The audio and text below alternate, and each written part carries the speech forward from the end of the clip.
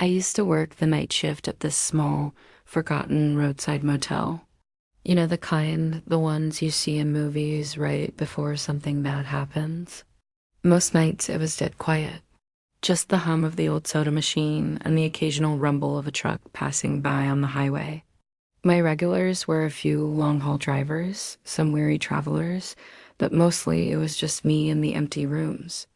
Then one night, the call started. It was around 2 a.m., that time when the world feels like it's holding its breath. The front desk phone rang, a shrill, jarring sound in the silence. I picked it up. "Front desk, how can I help you?" All I heard on the other end was static. Not the usual crackle of a bad connection, but a thick hissing static like an untuned radio. I waited, said, "Hello?" Again, but the line just went dead. Weird, but I chalked it up to a prank caller or a glitch and went back to my book. 10 minutes later, it rang again. Same time, same static. I answered, and again, nothing. This became my new nightly routine. Every single night between 2 and 3 a.m., the phone would ring, and every time it was just that same wall of static. After a week of this, I was starting to get genuinely creeped out. I mentioned it to my manager, a gruff older guy who'd seen it all. He just waved it off. "Old building, old phone lines," he said. "Probably just acting up. Don't worry about it." So I tried not to. But one night, something changed. The phone rang, right on schedule. I picked it up, expecting the usual hiss.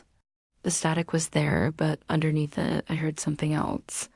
Breathing, slow, ragged, and close. My heart started pounding. It sounded like someone was holding the receiver right up to their mouth. Then a voice. A whisper so faint I almost missed it, slithered through the static. "Can you see me?" I froze completely. My blood ran cold. The air in the tiny office suddenly felt thick and heavy. With a shaking hand, I held the phone tighter. "Who is this?" "What do you want?" The breathing stopped. The line went completely silent for a few seconds, and then the call ended. I slammed the phone down, my hands trembling. This wasn't a glitch. This wasn't a prank. My eyes darted to the bank of grainy security monitors on the desk. They covered the main hallways and the parking lot. I started scanning through the feeds, my heart thumping against my ribs. The parking lot was empty. The west hallway was clear. Then I switched to the east hallway camera, the one pointing down the long corridor toward the ice machine. And that's when I saw him. A man was standing there, near the ice machine, perfectly still. He wasn't a guest. I would have remembered checking him in.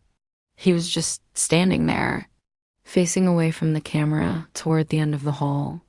A chill crawled up my spine. As I watched, he slowly turned his head until he was staring directly into the camera lens.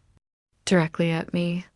I leaned in closer, squinting at the blurry screen, and my stomach dropped through the floor.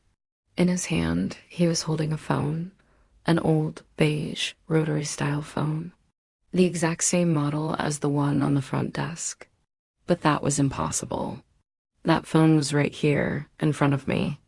I was trapped in this little glass box, and he was out there in the hallway with a phone that shouldn't exist. I didn't scream. I didn't move. I just stared back at the grainy image of the man on the screen, who was staring right back at me. I didn't even wait for my shift to end. I grabbed my keys, walked out the door, got in my car, and drove away without looking back. I quit the next morning over the phone. A week later, I heard the motel had shut down for good. Financial trouble, they said, but I know the truth. Even now, they say that if you drive by that abandoned motel late at night, you can still hear a phone ringing, a call that will never be answered. Thanks for watching. If you have a scary story of your own, share it in the comments. And don't forget to like and subscribe for more chills. Stay safe out there.